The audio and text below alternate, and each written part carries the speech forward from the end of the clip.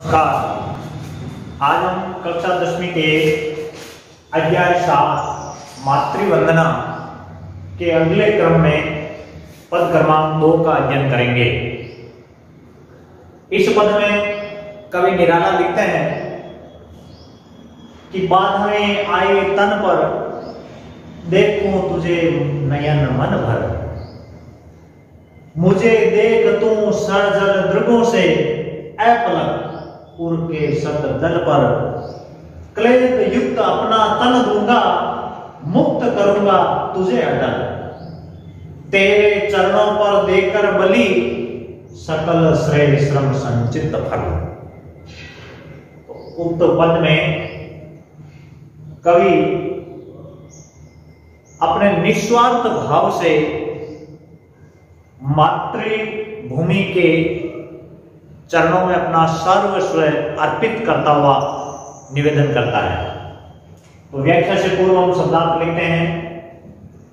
बांधे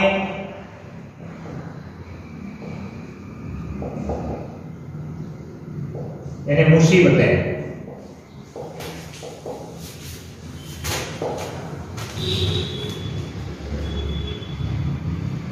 यह अड़चन है। तन, तन का मतलब शरीर।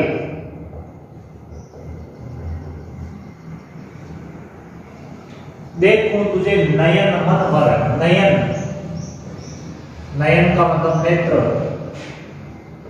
आंखें। सरजल दृगों से, सरजल दृगों से, इसका मतलब होता है आंसू युक्त, आंसुओं से पूरित नेत्रों से, आंसुओं से पूरित नेत्रों से। अपलक, अपलक का मतलब होता है बिना पलक झपकाए, एक तक, एक तक, बिना पलक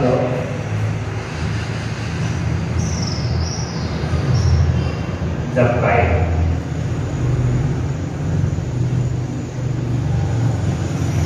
आगे है उर के शब्ददल पर, उर कहते हैं हृदय को, उर यानी हृदय।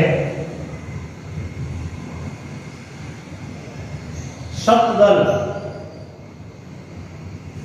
100 दलों वाला है जो शब्ददल, अर्थात कमल, कमल। क्लेद युक्त अपना तन दूंगा, क्लेद, क्लेद का अर्थ होता है श्रम या पसीना, पसीना लिख सकते हैं, पसीना।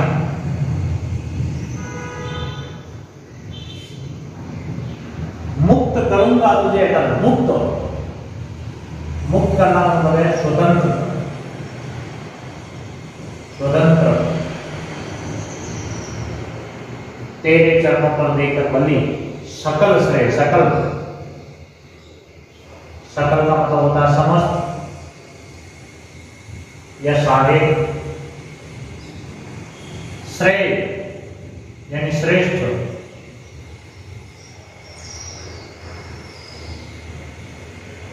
श्रम संचित फल यानी अपनी मेहनत से संचित संपूर्ण फल।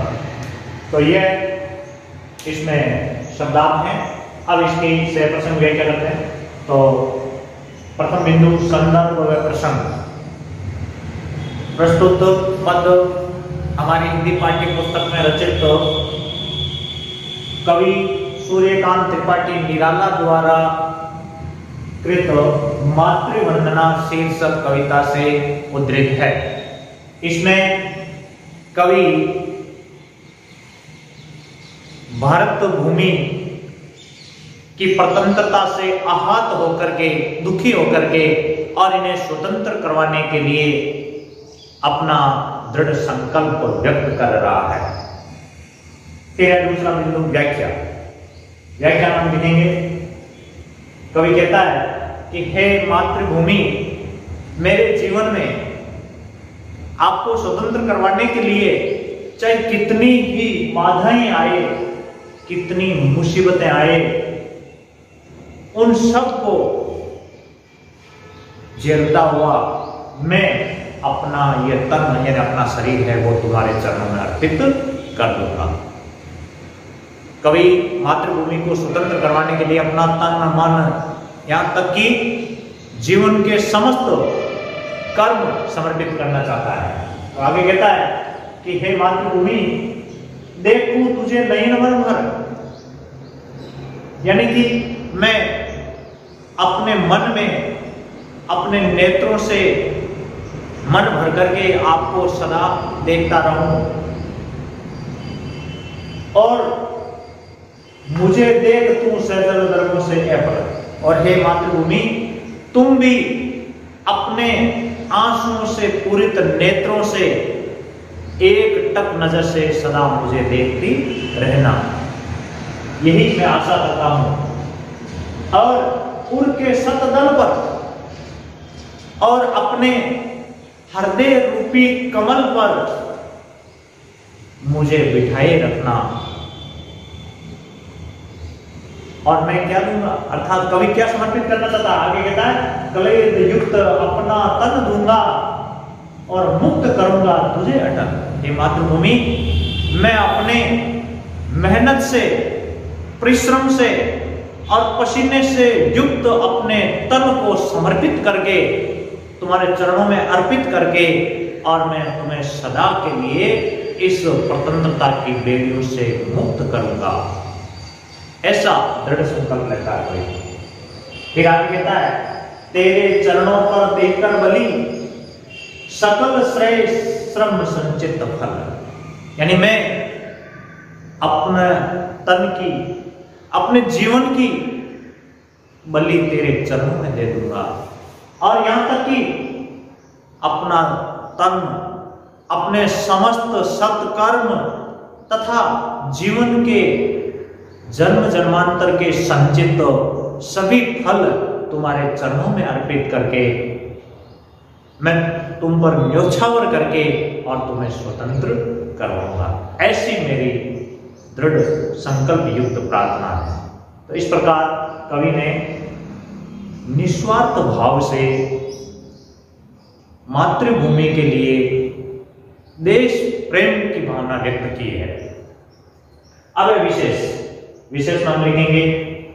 पद की भाषा सहज व सरल है। दूसरा बिंदु, कवि ने निस्वार्थ भाव से देश प्रेम की उत्कट भावना प्रकट की है और इसमें रूपक अलंकार तथा अनुप्रास अलंकार का भी प्रयोग हुआ है। जैसे उर के सतदल, उर यानी हृदय रूपी कमल पर मुझे बिठाए रखना, यानी हृदय पर कमल का आरोप है, इस कारण से इसमें रूपक अलंकार का प्रयोग है। तथा सकल श्रेय श्रम संचित, इसमें स वर्ण की बार बार आवृत्ति हो रही है, इस कारण से अनुप्रास अलंकार का भी प्रयोग किया है। तो इस प्रकार हम 2-3 ये बिंदु विशेष में लिखेंगे। अब है गृह कार्य। गृह कार्य में प्रश्न पहला है उपर्युक्त पद की से प्रसंग व्याख्या कीजिए। दूसरा प्रश्न है कवि भारत माता को किस प्रकार मुक्त करने का दृढ़ निश्चय प्रकट कर रहा है। तो उत्तर हम लिखेंगे कवि अपने जीवन के सभी सत्कर्म, अपना तन मन और यहाँ तक कि अपने जीवन में संचित किए हुए सभी फल मातृभूमि के चरणों में अर्पित करके और उन्हें मुक्त करने का दृढ़ निश्चय प्रकट कर रहा है। तो इस प्रकार ये प्रश्नोत्तर भी करना है। धन्यवाद।